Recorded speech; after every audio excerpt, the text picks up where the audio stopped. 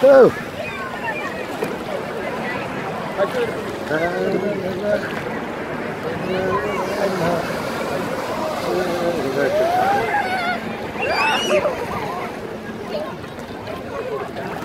Ia uite pe fita Loredanu, s-a dus tocmai lângă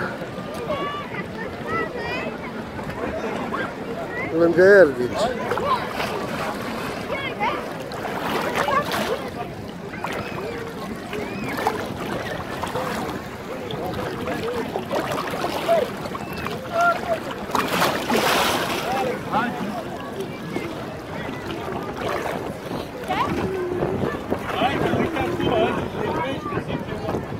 Hai că-ți iau interviu, spune ceva, tati. Păi da, dar dacă nu vorbești, ies la mal. Spune și tu ceva, e caldă apa, cum e? Ai învățat să înnoți? Vorbește mai tare, că nu se aude. Da. Transmite lui mami ceva. Te iubesc, mami.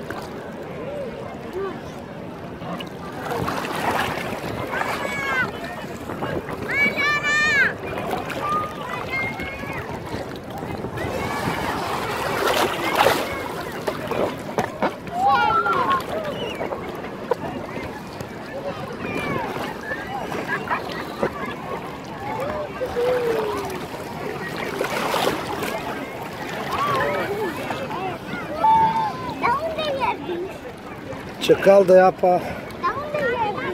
Uite la acolo, mai în spate.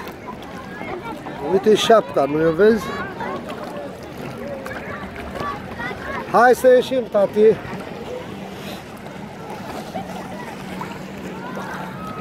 Nico!